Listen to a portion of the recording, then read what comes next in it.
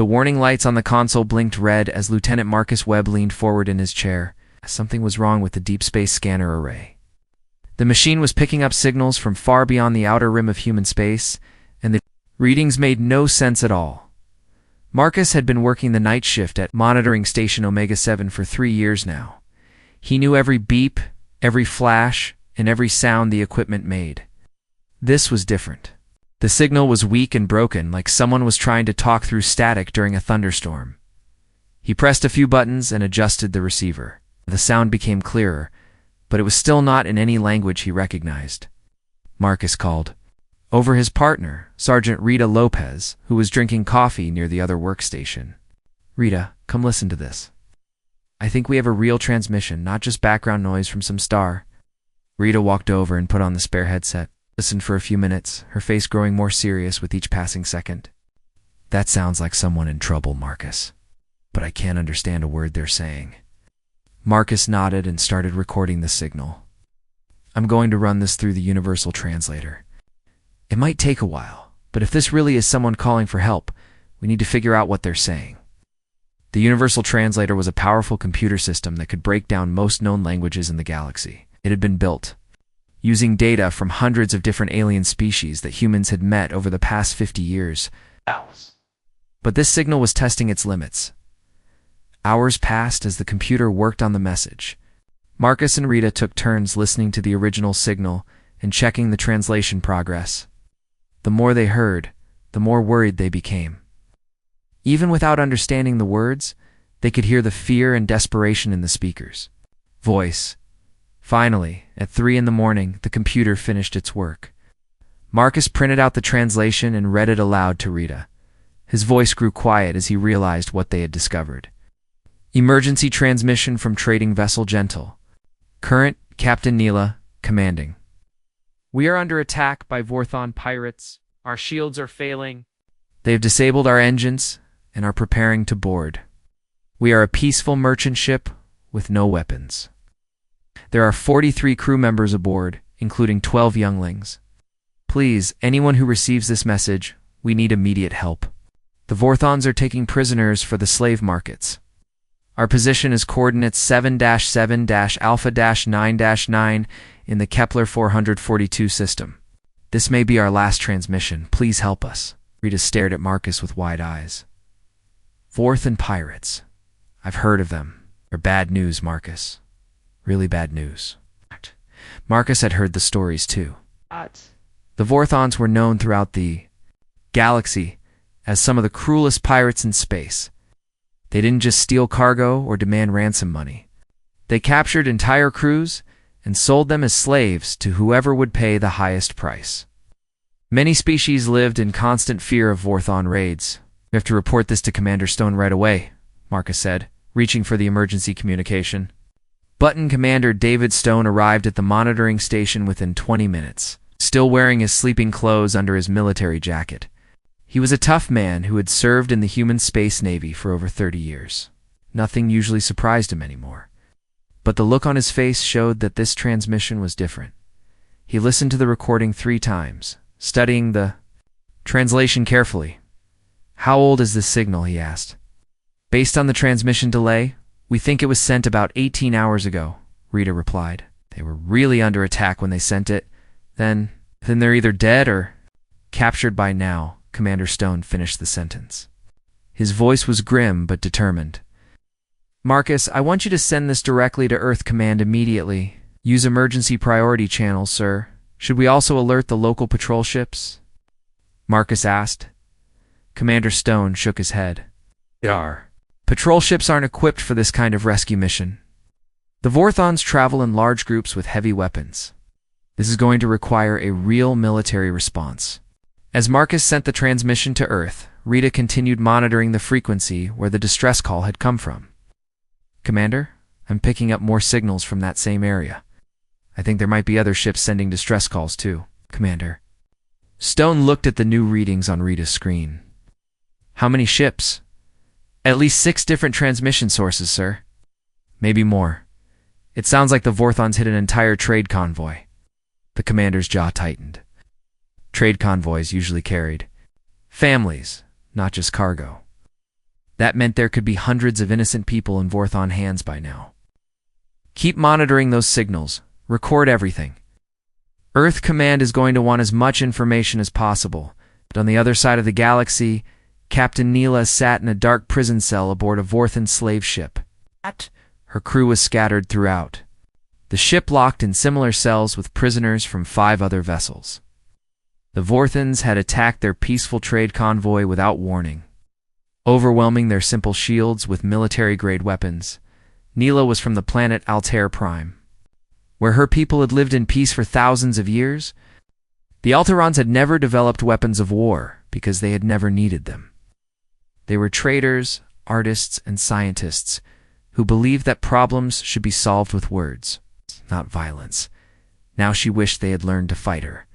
Ship's communication officer had managed to send one distress call before the Vorthons destroyed their transmitter.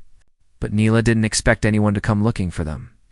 Most species in the galaxy were just as peaceful as the Alterons, and none of them were strong enough to challenge the Vorthon Syndicate. Commander Krex, the Vorthon leader, had visited their cell earlier to gloat about his victory. Your distress call was a waste of time, he had told them with an evil smile. Nobody is coming to save you. You're going to the slave markets on Drakmor Prime, where you'll spend the rest of your lives working in the mines. Neela tried to stay strong for her crew, but deep down she feared that Krex was right. Who would be crazy enough to attack the Vorthons? They were too strong, too dangerous, too cruel. What Captain Neela didn't know was that her distress call had reached the one species in the galaxy that the Vorthons should have feared. Humans were about to show the universe why their home planet was considered too dangerous for most alien species to even visit. Back at Monitoring Station Omega-7, Marcus received a reply from Earth Command. It was short and simple: message received, response authorized, fleet deployment approved. Commander Stone read the message and smiled grimly. Captain Neela, I hope you and your people can hold on a little longer. Help is coming, and the Vorthons are about to learn why nobody messes with the people under human protection. The emergency alarm echoed through the halls of Terra Command on Earth. Fleet Admiral Lisa Roberts had been awakened at 4 a.m. by the urgent call from her communications officer. Now she stood in the command center, still in her uniform jacket over her sleeping clothes, reading the transmission from Monitoring Station Omega-7. How long ago was this distress call sent? She asked Colonel James Park, her chief of operations. About 22 hours, Admiral. The signal had to travel a long way to reach our monitoring station, Colonel Park replied, pointing to a star map on the main screen. The Kepler 442 system is way out on the edge of known space. Admiral Roberts studied the map carefully. The Kepler 442 system was far from any major trade routes or military bases. It was the perfect place for pirates to operate without interference. What do we know about these Vorthons? They're bad news, Admiral. Our intelligence files show they've been operating for over 50 years. They capture ships, steal cargo, and sell the crews as slaves. Most species are too afraid to fight them because they have superior firepower and no mercy. The Admiral walked to the large window overlooking the Earth Defense Fleet docks. Dozens of human warships floated in the orbital shipyard. They're dark, holes gleaming under the artificial lights. These ships had been built by humans who grew up on a planet that most aliens considered uninhabitable. Every design choice, every weapon system, every piece of armor had been created with the harsh lessons of Earth's dangerous environment in mind. Colonel, I want you to activate Protocol 7 immediately, Admiral Roberts said, her voice firm and cold.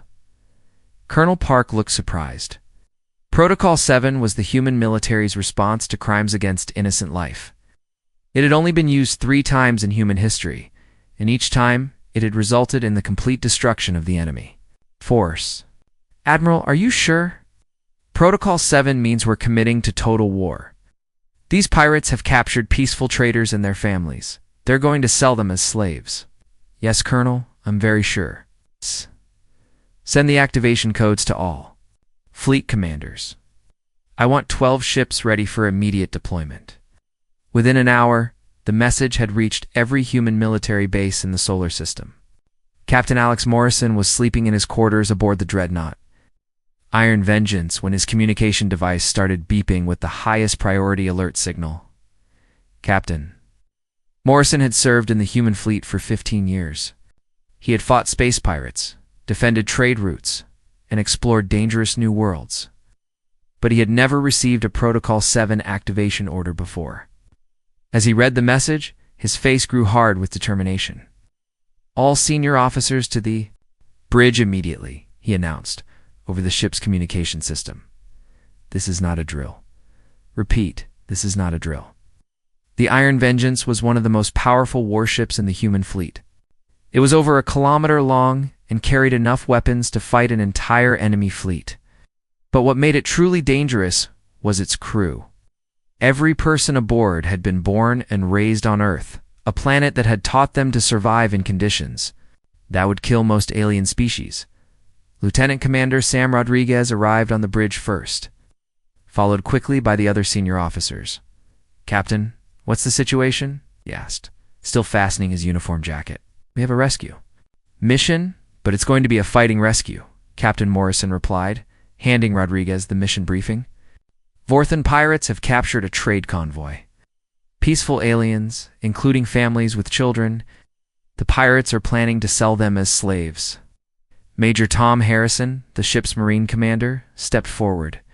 "How many ships are we talking about, Captain?" "Intelligence suggests at least 12 Vorthan vessels, possibly more. They've been operating in the Kepler 442 system for several weeks now, which means they're probably using it as a base of operations." The officers exchanged glances. 12 enemy ships was a significant force, but they had faced worse odds before. What concerned them more was the presence of innocent prisoners aboard the enemy vessels.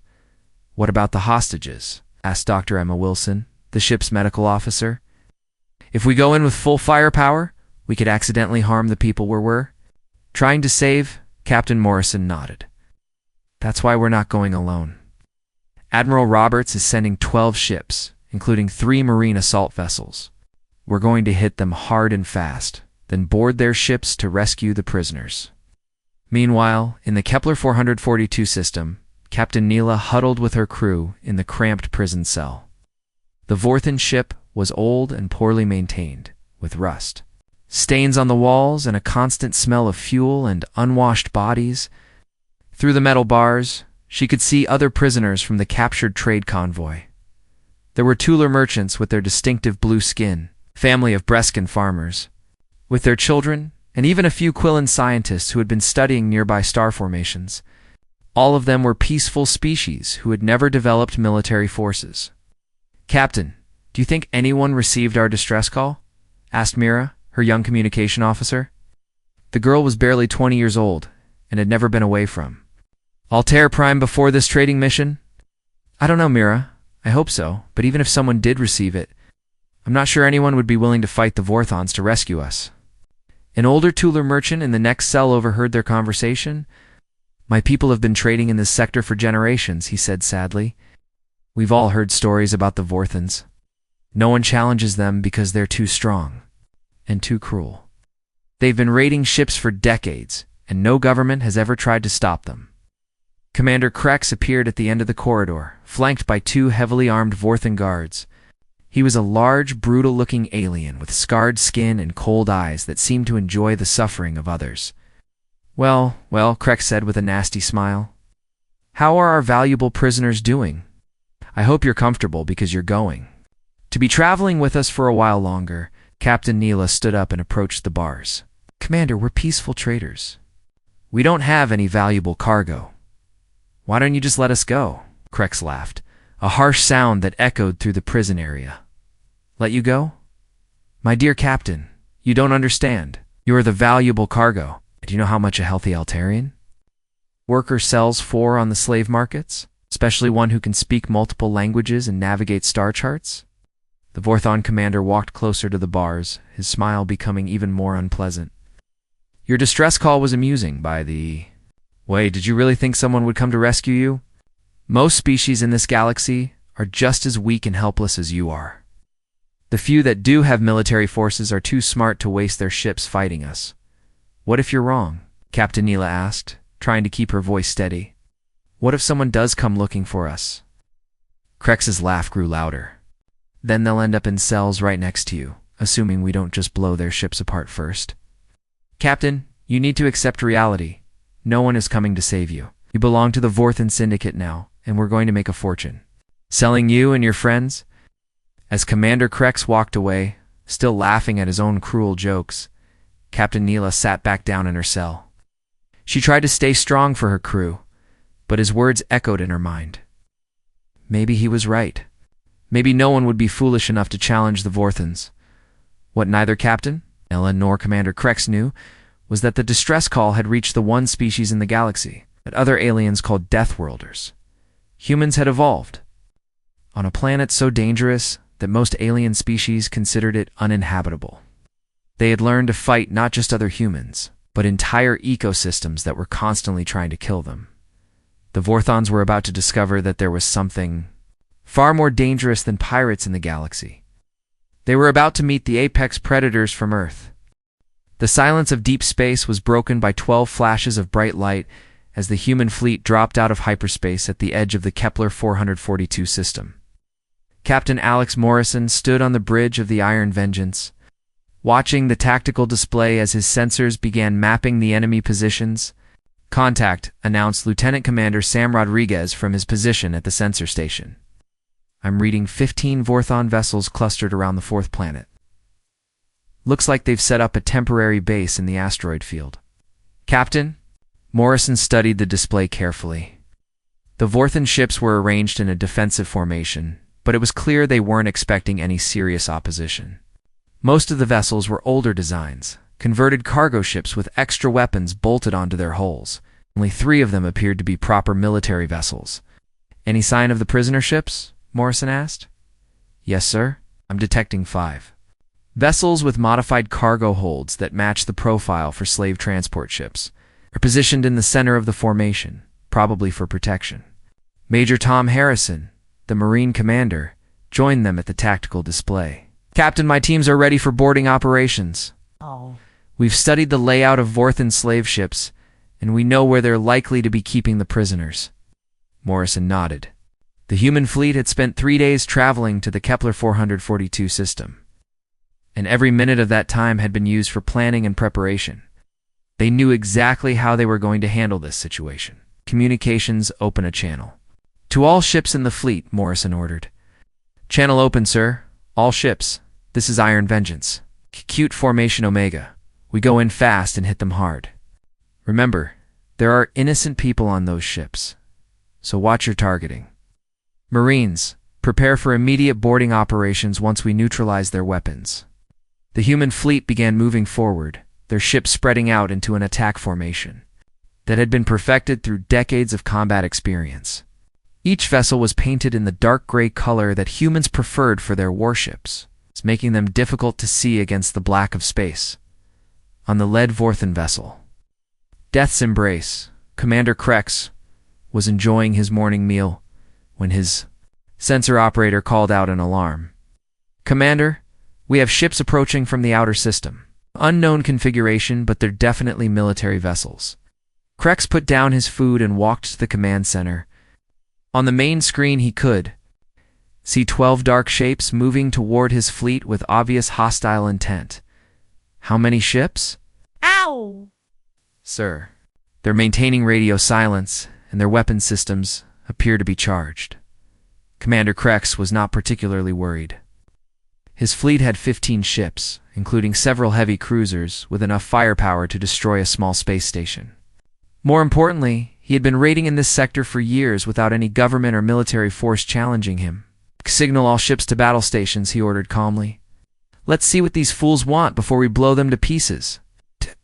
Vorthen fleet began to move into combat formation, their weapons powering up and shields coming online. Several of the smaller raider ships moved to protect the slave transport vessels while the heavy cruisers took position at the front of the formation. Incoming transmission from the lead enemy vessel, reported the communication officer. It put it on screen, Krex commanded, curious to see what kind of aliens had been stupid enough to challenge the Vorthen Syndicate. The face that appeared on the screen made Krex take a step backward in surprise. He had never seen a human before, but he had heard the stories. The creature looking at him had the pale skin and forward-facing eyes of a predator species, and there was something in its expression that made Krex's survival instincts start screaming. "Warnings. Vorthan vessels. This is Captain Morrison of the Terran Defense Fleet," the human said in a calm, cold voice. "You are holding innocent beings prisoner against their will. You have exactly 60 seconds to release all captives and surrender your ships, or we will take them by force." Krex recovered from his initial surprise and began laughing. "Terran, you mean you're from the Death World that everyone talks about? How amusing. Human, you are clearly insane if you think 12 ships can defeat my entire fleet." Captain Morrison's expression didn't change. 50 seconds. "I'll make you a deal, Deathworlder," Krex said, still smiling. "Turn around and leave this system immediately, and I won't add you and your crews to my slave collection. Stay, and you'll end up in chains just like the other weaklings we've captured." 30 seconds. Krex's smile faded. There was something about the human's absolute certainty that was beginning to make him nervous. "Do you realize that I have hostages aboard my ships? If you attack us, innocent people will die." "That's why we're giving you the chance to surrender," Morrison replied. 15 seconds? You're bluffing, Krex snarled. "No one is crazy enough to attack the Vorthan Syndicate over a few worthless traitors. Time's up." The transmission ended, and for a moment both fleets hung motionless in space. Then the human ships opened fire, and Krex discovered that everything he thought he knew about space combat was wrong. The human weapons were unlike anything the Vorthans had ever encountered. Instead of the energy beams that most species used, the humans fired solid projectiles at incredible speeds. The Iron Vengeance's main guns launched metal slugs the size of cars at nearly the speed of light. And when they hit the lead Vorthon cruiser, the results were devastating. The cruiser's shields, which should have been strong enough to stop conventional weapons, simply vanished under the impact. The metal slugs punched through the ship's armor like it was made of paper, and the entire vessel exploded in a ball of fire and debris. "What was that?" Krex screamed at his weapon officer. "How did they destroy the Bloodfang with one shot?" "I don't know, sir. Their weapons are registering as kinetic projectiles, but they're moving faster than anything in our database. Our shields aren't designed to stop solid objects at those speeds." The human fleet continued its advance, their weapons firing in coordinated volleys that tore through the Vorthan formation like a knife through soft bread. 2 more Vorthan ships exploded before Krex could even give orders to return fire. "Ships concentrate fire on the lead human vessel," he commanded. "Show these Deathworlders that the Vorthan Syndicate doesn't surrender to anyone." The remaining Vorthan ships opened fire with everything they had. Energy beams, plasma cannons, and missile volleys streaked toward the Iron Vengeance and the other human ships. For a moment, space was filled with the bright flashes of weapons, fire, and explosions. When the light faded, Krex stared at his tactical display in disbelief. The human ships were still there, still advancing, apparently undamaged by the massive barrage that should have destroyed them completely. "Impossible," he whispered.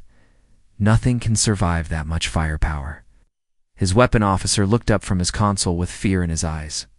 "Sir, their armor is reading as some kind of composite. Material I've never seen before. It's absorbing our energy weapons and deflecting our missiles. It's like they built their ships specifically to fight against our technology." What the Vorthons didn't understand was that human ships had been designed to survive in space around Earth, where solar radiation, meteor impacts, and cosmic storms made ordinary starship hulls useless. Human armor was built to withstand the same forces that had shaped their deadly homeworld. Captain Morrison watched the enemy fire splash harmlessly against his ship's hull and smiled grimly. "Return fire. Target their weapon systems. Let's disable those ships so our Marines can board them safely." The human counterattack was swift and precise. Instead of trying to destroy the Vorthan vessels, the human gunners aimed for specific systems, disabling engines, weapons, and communication equipment with surgical accuracy. Within minutes, half of the Vorthon fleet was drifting helplessly in space, their ships crippled, but their hulls intact. The remaining vessels tried to flee, but the human ships were faster and more maneuverable. "This is impossible," Krex said, his voice shaking as he watched his proud fleet being systematically destroyed. "We're the most feared pirates in the galaxy. How can a few ships from some unknown world defeat us so easily?" His communication officer looked up from his station. "Sir, we're receiving another transmission from the human commander." "Put it through," Crix said, no longer sounding confident. Captain Morrison's face appeared on the screen again, and this time Crix could see the cold determination in the human's eyes. "Commander Crix, your fleet is defeated. Surrender now, and we'll make sure you and your crews receive fair treatment under galactic law. Continue to resist, and we'll board your ships and take them by force." Crix looked around his bridge at the faces of his crew. Arrogance and cruelty that had defined them for so long was gone, replaced by fear and confusion. They had never encountered an enemy like this before. "Your Deathworlders are insane," Crix said, but his voice lacked its earlier confidence. "Even if you defeat us, word will spread. Other Vorthon fleets will hunt you down and make you pay for." This, Morrison's smile was cold and predatory. "Let them come. We'll be waiting." Major Tom Harrison checked his weapon one last time as the boarding pod approached the largest Vorthon slave ship. Through the small window, he could see the damaged hull of the enemy vessel, with scorch marks from the human fleet's precise weapons. Fire covering its surface. 2 minutes to contact, announced the pod pilot over the communication system. All boarding teams prepare for immediate deployment. Harrison looked at the 12 Marines seated around him in the cramped pod. Each one was a veteran of multiple combat operations, trained specifically for boarding actions in hostile environments. They wore full battle armor that could protect them from vacuum, radiation, and most known weapons in the galaxy. "Remember, people," Harrison said to his team. "Primary objective is prisoner rescue. We go in fast. Secure the prison areas first, then worry about capturing the pirates. Watch your fire zones and stick to non-lethal weapons when possible. We don't want to accidentally hurt the people we're trying to save." The boarding pod slammed into the hull of the Vorthon ship with a metallic crash that echoed through both vessels. Immediately, the pod's cutting laser began burning through the enemy ship's outer wall, creating an entry point for the Marines. Inside the Vorthon vessel, Commander Crix was trying desperately to organize his remaining crew for a last stand. The human attack had been so swift and devastating that most of his ships were now drifting helplessly in space, with their weapons and engines destroyed. All crew members to defensive positions, he ordered over the ship's communication system. "The humans are boarding us, but we still have the advantage. We know our own ship better than they do, and we have hostages to use as bargaining chips." Several of Crex's pirates took positions behind makeshift barriers in the main corridors, their weapons ready to fire at the first sign of human intruders. They were cruel and dangerous beings who had terrorized peaceful traders for decades. But none of them had ever fought against professional soldiers from a death world. The cutting laser finished its work, and a section of the hull fell inward with a loud clang. Immediately, 3 small devices rolled through the opening and began releasing thick clouds of smoke that filled the corridor. "What is that stuff?" shouted one of the Vorthon pirates, coughing as the smoke burned his eyes and throat. Before anyone could answer, the human Marines came through the breach like a force of nature. They moved through the smoke as if they could see perfectly, their advanced helmet sensors cutting through the artificial fog like it wasn't even there. The first Vorthon pirate to open fire found himself facing Major Harrison, who moved with a speed and precision that seemed impossible for such a large being.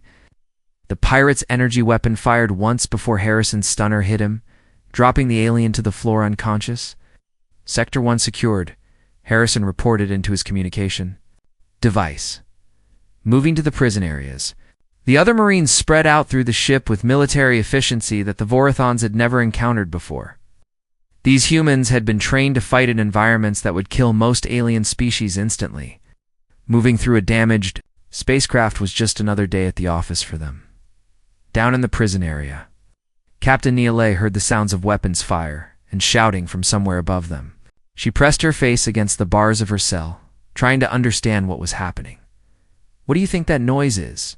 asked Mira, her young communication officer, who was huddled in the corner of the cell with the other crew members. Don't know, Neela replied, though her heart was starting to beat faster with something that might have been hope. It sounds like fighting, but I can't tell who's winning. In the next cell, the old Tuller merchant, who had been so pessimistic before, was listening carefully to the sounds of battle. Those aren't Vorthan weapons, he said quietly.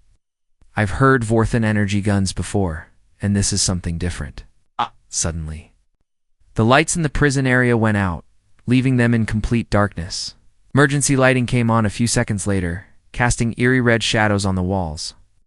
Then they heard footsteps approaching their location, heavy boots that echoed through the metal corridors. Someone's coming, Mira whispered, pressing herself further back into the corner of the cell. The footsteps stopped just outside the prison area, and they could hear voices speaking in a language none of them recognized. The words were harsh and clipped like the speakers were used to giving and following orders quickly.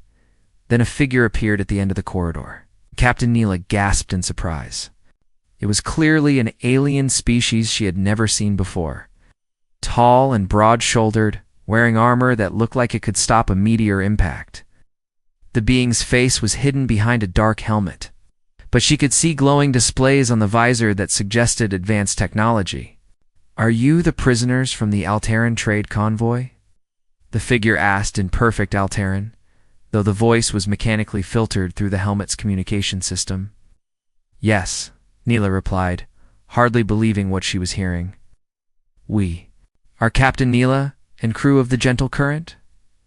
Who are you? The armored figure reached up and removed its helmet, revealing a face that made Neela take a step backward in shock. The being had pale skin, forward-facing eyes like a predator, and features that were both alien and strangely familiar at the same time. I'm Major Tom Harrison of the Terran Defense Force, the human said, his voice calm and reassuring despite his intimidating appearance. We received your distress call. We're here to get you out of this place, Terran. The old Tuller merchant asked from his cell. You mean you're from the Deathworld? A planet that other species say is too dangerous to visit? Major Harrison smiled, and Neela was surprised to see that despite his fearsome appearance, there was genuine kindness in his expression. That's what they call it, yes? Don't worry, we're the good guys. The human pulled out a small device that looked like a cutting tool and began working on the lock of Neela's cell. How many of you are there? Are any of you injured? 43 crew members from my ship, plus prisoners from 5 other vessels, Neela replied, still having trouble believing that rescue had actually come. Most of us are in good health, but some of the children are sick from the poor conditions. We'll get everyone medical attention as soon as we have you aboard our ships, Harrison promised, and the cell door swung open with a soft click as Neela stepped out of her cell. For the first time in days, she heard more human voices approaching. Several other Marines appeared, all of them removing their helmets to show their faces to the freed prisoners. The ship is secured, Major, reported one of the Marines. We've captured 15 Vorthon pirates and disabled their remaining weapons systems. No casualties on our side. What about Commander Krex? Harrison asked. Stunned and in custody, sir? He tried to make a run for the escape pods, but Sergeant Davis caught him before he could get away. Neela looked around at the human soldiers with amazement. They had taken control of an entire Vorthan vessel in less than an hour, something that most species would have considered impossible. Major Harrison, she said carefully, why did you come for us? We're just traders from a peaceful world. We have nothing valuable to offer in return for such a dangerous rescue mission. The human major looked at her with an expression she couldn't quite interpret.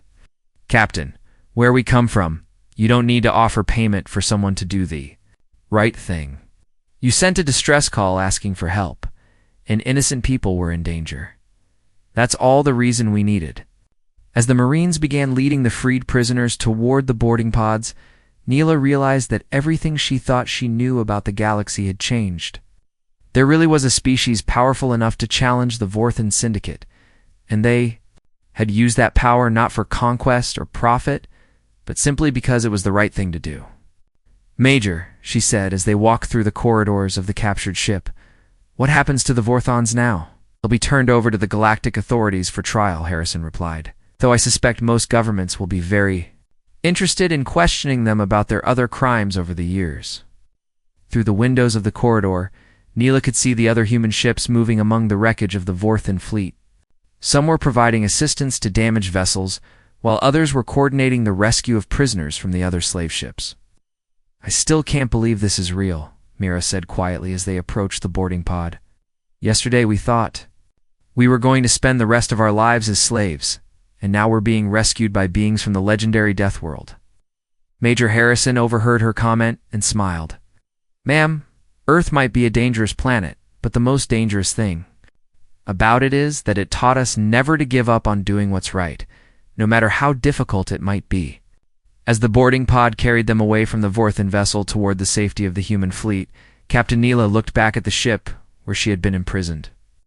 For the first time since her capture, she allowed herself to believe that she and her crew were actually going to make it home. 3 weeks after the battle in the Kepler 442 system, Captain Neela stood in the Grand Council chamber on Altair Prime, facing the assembled leaders of her people. The room was filled with representatives from dozens of different worlds, all of whom had come to hear her testimony about the rescue operation. "And you say these humans asked for nothing in return?" asked Elder Tomas, the oldest member of the Altaran Council. His voice carried the disbelief that many in the room shared. "Nothing at all," Neela confirmed, her voice steady and clear. "When I asked Major Harrison why they had risked their lives to save us, he simply said it was the right thing to do. They provided medical care for our injured, repaired our damaged ships, and escorted us safely back to Altair space. Refused all offers of payment or trade agreements."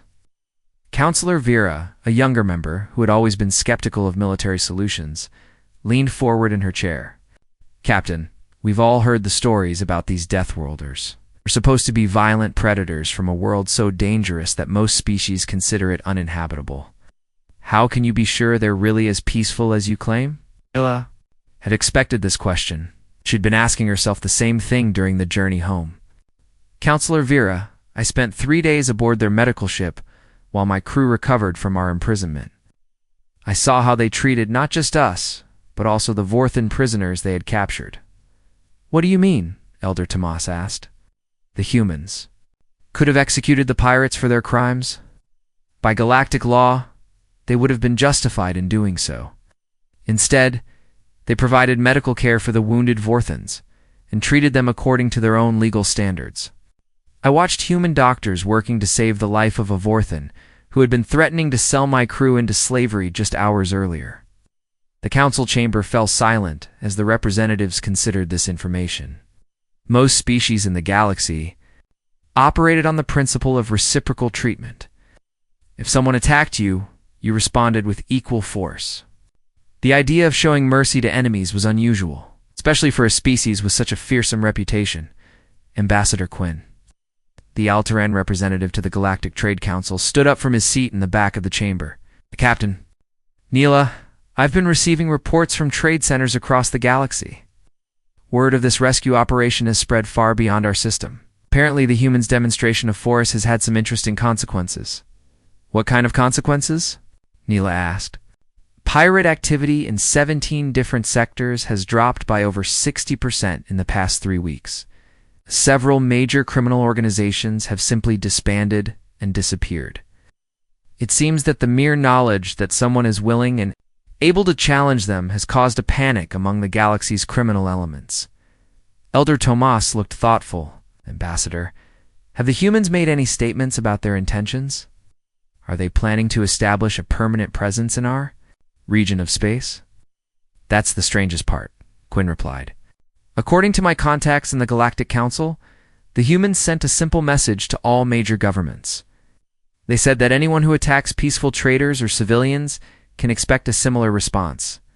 But they also made it clear that they have no territorial ambitions and no desire to interfere in local politics."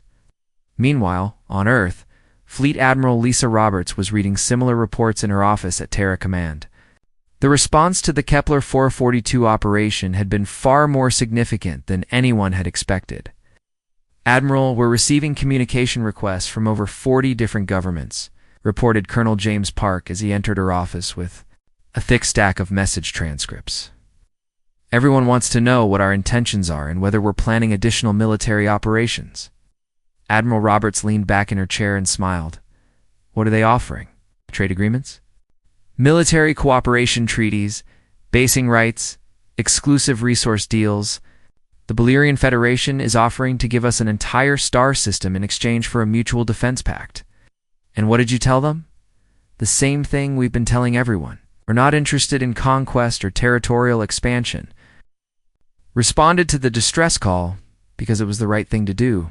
We'll continue to respond to similar situations in the future. Colonel Parks sat down across from the Admiral's desk. Ma'am, I have to ask, are we really prepared to become the galaxy's police force?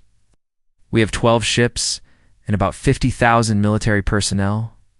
The galaxy is a very big place. Admiral. Roberts walked to the window overlooking the Earth Defense Fleet docks. Colonel, we're not trying to police the entire galaxy. We're simply making it clear that there are consequences for attacking innocent people. Most criminals are cowards. At heart, they prey on the weak because they think no one will stop them. Now they know that someone will. Back in the Alteran Council chamber, Captain Neela was answering questions about the human military capabilities she had witnessed. The representatives were particularly interested in the technology that had allowed 12 human ships to defeat 15 Vorthan vessels so easily. Their weapons were unlike anything I've ever seen, Neela explained. Instead of energy beams, they fired solid projectiles at incredible speeds. Their armor seemed to absorb our weapons' energy completely. But what impressed me most was their coordination. Every human ship knew exactly what the others were doing, like they were all parts of a single organism. Counselor Vera nodded thoughtfully. And you believe they were holding back during the battle? I'm certain of it. Major Harrison told me that their ships carry enough firepower to destroy entire moons, but they used only what was necessary to disable the Vorthon vessels without killing the prisoners aboard. They could have simply destroyed the pirate fleet from long range, but they chose the more difficult path to minimize casualties. Elder Tomas stood up and addressed the entire assembly. Fellow counselors, it seems clear that the balance of power in our galaxy has shifted dramatically. For the first time in generations, there is a force capable of challenging the criminal organizations that have terrorized peaceful traders for so long. But what does this mean for us? Asked Counselor Vera. Are we now under human protection? Do we owe them some kind of allegiance? Captain Neela shook her head. They made no such demands. When I asked Captain Morrison about future cooperation, he simply said that Altair Prime and Earth could be friends if we chose to be, but that the choice was entirely ours to make. Ambassador Quinn raised his hand to speak. I propose that we send a formal delegation to Earth to establish diplomatic relations. Not as subordinates seeking protection, but as equals offering friendship. The vote was unanimous. 6 months later, Captain Neela stood on the observation deck of the Alteran diplomatic vessel, peaceful journey as it approached Earth for the first time. Through the transparent aluminum windows, she could see the blue and green world that had given birth to the galaxy's most feared warriors. It's beautiful, said Ambassador Quinn, who was leading the diplomatic mission. Hard to believe that such a lovely planet could produce beings capable of such devastating military action. I think that's the point, Neela replied, remembering her conversations with Major Harrison during her recovery. They don't fight because they enjoy violence. They fight because their world taught them that sometimes violence is the only way to protect the things they care about. As their ship entered Earth's orbital space, they were greeted by a small escort of human vessels.